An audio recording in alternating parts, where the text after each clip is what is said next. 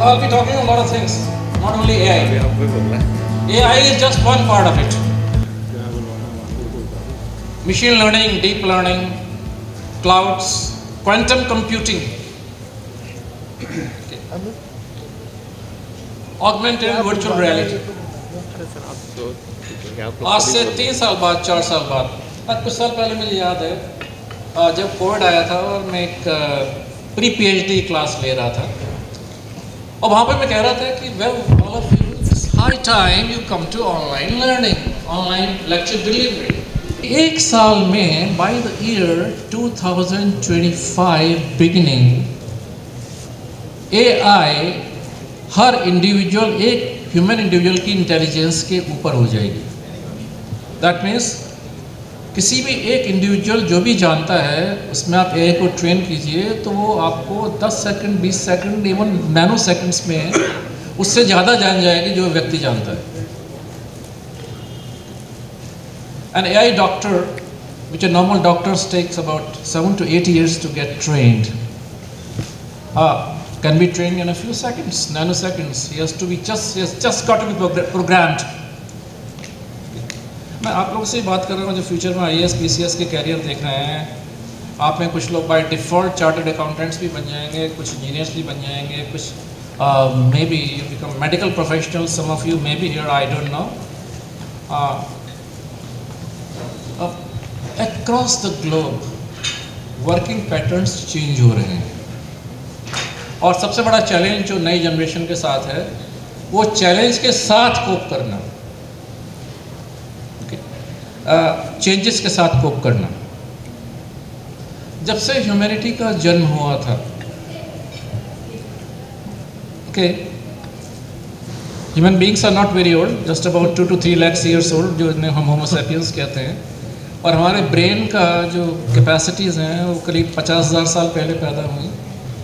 10,000 साल पहले सिविलाइजेशंस ने जन्म लिया। 5,000 साल पहले बहुत सारे रिलीजन्स और भगवान भी पैदा हुए।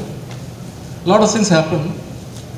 ओके, इस अर्थ की 480 करोड़ साल की हिस्ट्री में जो सेलुलर लाइफ है वो सिर्फ 370 करोड़ साल पुरानी है और आदमी उसमें सिर्फ 2 लाख साल पुराना है। आप अंदाज लगाइए स्केल पे आप कहाँ बैठते हैं। AI, modern sciences, I am talking modern sciences, जब से रूडिमेंट्री फॉर्म में स्टीम इंजन का जन्म हुआ और फिर बाद में और चीज़ें पैदा हुई, मुश्किल से 150-200 साल पुरानी हिस्ट्री है। 150 साल पहले आदमी नहीं जानता था कि 2 व्हील्स पे भी चल सकता है। जब मैकमिलन ने पहली साइकिल बनाई तब ये समझ में आया कि हम 2 व्हील्स पे भी चल सकते हैं और बैलेंस कर सकते हैं। उससे पहले 3 पे ही खड़े होते थे। समझ रहे हैं? तो ह्यूमन इंटेलिजेंस में जो ग्रोथ है वो बहुत ज़्यादा रैपिड हो रही है। अगर हम दुनिया भर का सारे लिटरेचर को कंपाइल कर लें तो सन 2005 तक टोटल डेटा, अब मैं यहाँ पर डील बाइट्स और एक्सा से किलोबाइट से नहीं करूँगा, टोटल डेटा सिर्फ 370 एक्साबाइट था और 2020 में बढ़ते बढ़ते वो 50 मिलियन एक्साबाइट्स हो गया। कहने का मेरा मतलब है कि ह्यूमैनिटी के इंसेप्शन से जब तक हमने स्टार्ट किया है 2005 तक हमारी जितनी नॉलेज थी उतनी नॉलेज अब कुछ घंटों में प्रोड्यूस हो रही है। Can you see the scale? तो स्केल को कंप्रहेंड कर पा रहे हैं? कल के जो क्लासरूम्स ऐसे होंगे कि लेक्चर देने वाला अपने घर पे बैठा होगा और लेने वाले अपने अलग अलग, कोई बेडरूम में, कोई किचन में, कोई डाइनिंग टेबल पे, कोई टॉयलेट्स में बैठा होगा और सब वर्चुअल रियलिटी के साथ कनेक्टेड होंगे। और जो मैं बात कह रहा हूँ ये ज़्यादा दूर नहीं है। AI ने पिछले 1.5 या 2 साल में कम से कम 20 से 25 लाख टेक्निकली क्वालिफाइड लोगों को टेक्नोलॉजी मार्केट से बाहर किया है।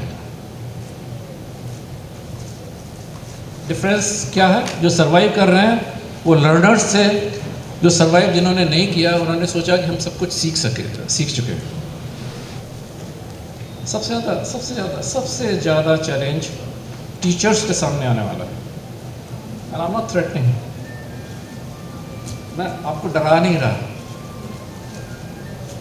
Even as IAS and PCS officers, those who have qualified, great, congratulations. एक चीज़ प्रूव हो चुकी है कि आपके पास ब्रेन है, आपके पास कैपेबिलिटीज है. लेट मी टेल यू, आप लोग अपने लिए एक जोरदार ताली बजाइए. You are one of the best brains in the world. India has prove that. India को प्रूव करने की जरूरत नहीं है कि आप सबसे अच्छे ब्रेन्स हैं दुनिया में, और आज दुनिया के सबसे टॉप कॉर्पोरेट्स को इंडियंस लीड कर रहे हैं, क्योंकि वो समय के साथ अपने आप को आगे ले जाते हैं. Well, that's a reality. Electricity जितने चाहे प्रोड्यूस कर लीजिए. सन इतनी इलेक्ट्रिसिटी देता है हर एरिया में कि कोई और प्रोडक्शन की ज़रूरत ही नहीं है. लेकिन प्रॉब्लम क्या है? स्टोरेज नहीं है, कैपेसिटी नहीं है. हमें जो काम करना है वो आगे जाकर, जिसको हम कहते हैं इंक्रीमेंटल टेक्नोलॉजीज़ पे काम करना है. देखिए, कंप्यूटर था, इंटरनेट था, इंडिया ने यूपीआई सिस्टम इतना अच्छा क्रिएट किया है कि आज हमारा यूपीआई सिस्टम दुनिया में बेस्ट सिस्टम है. मैंने बताया 370 हेक्साबाइट से 50 मिलियन हेक्साबाइट्स हो गया है, और 5-6 साल में ही 1 बिलियन हेक्साबाइट्स क्रॉस कर जाएगा. और ह्यूमन ब्रेन सारा दुनिया का मिला लीजिए तो 10 लाख हेक्साबाइट से ज़्यादा एक साथ काम नहीं कर सकता.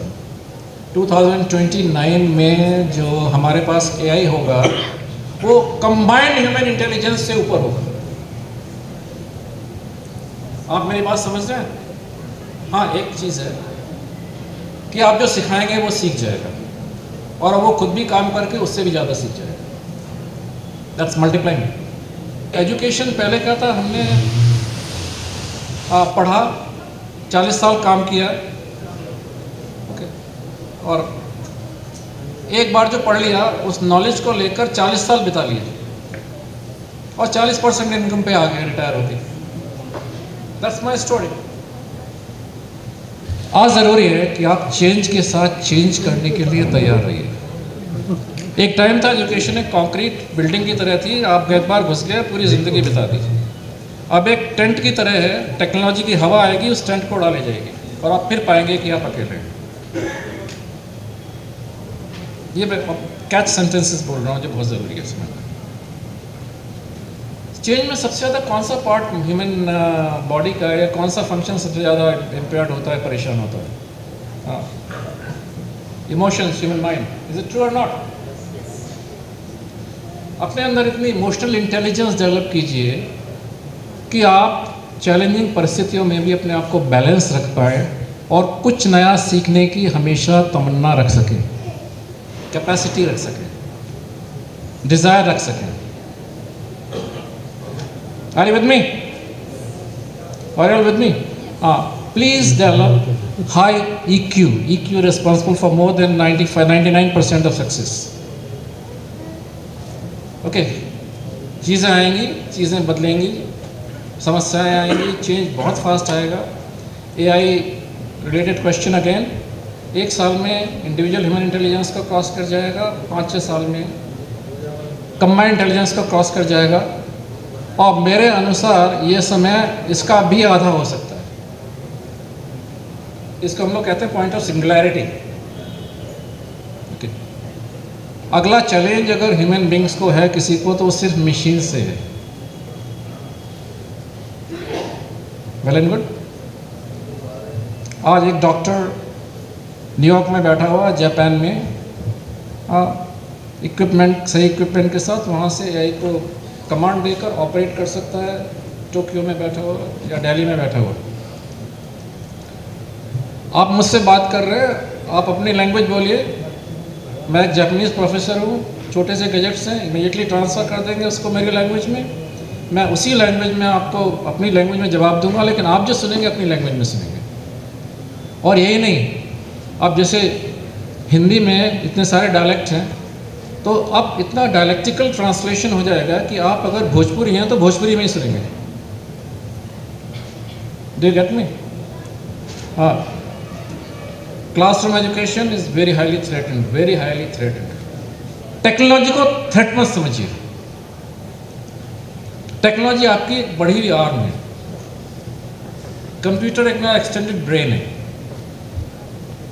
ओके, आप में कितने लोग 40 टन का वजन उठा सकते हैं, 100 टन का उठा सकते हैं? सब उठा सकते हैं, एक बटन दबाना है। That's the answer. Why treat that equipment as a threat? Is it not? It's your support. It's your extended arm. Please, इतना सब मैंने कहा है, बुरा मत मानिए। टेक्नोलॉजी को अपना दोस्त बनाइए, चेंज को अपना दोस्त बनाइए, चेंज के साथ चेंज होइए, थोड़ी सी एक्सरसाइज ज़्यादा कीजिए, मेंटल और फिजिकल भी। जहाँ तक मेमोरी की बात है, तो आपको मालूम है मेमोरी ऑलरेडी डाउनलोड हो चुकी है। ह्यूमन बीइंग के ब्रेन से मेमोरी डाउनलोड हो चुकी है और वो दूसरी न्यूरल लिंक्स के थ्रू उसको दूसरी जगह अपलोड भी किया जा चुका है और मशीन में भी अपलोड की जा सकती है। I can upload everything that you have in you can be downloaded and uploaded. लेकिन मैं हूँ ये आभास, कॉन्शियसनेस, इसके भी हमें केमिकल एल्गोरिथम्स मिलने स्टार्ट हो गए हैं। That's where the threat lies. Human beings are duplicatable. That is what present science says. I don't know how big truth is that. Only time will tell. लेकिन जहाँ ऐसे क्वेश्चंस पैदा हुए हैं, मुझे लगा है कि उनके आंसर्स जितना मैं एक्सपेक्ट कर रहा था उससे काफ़ी पहले आ गए। तो आएंगे थोड़ा सा mathematics please, young generation, logic, mathematics, a bit of it will really help you up. Thank you so much.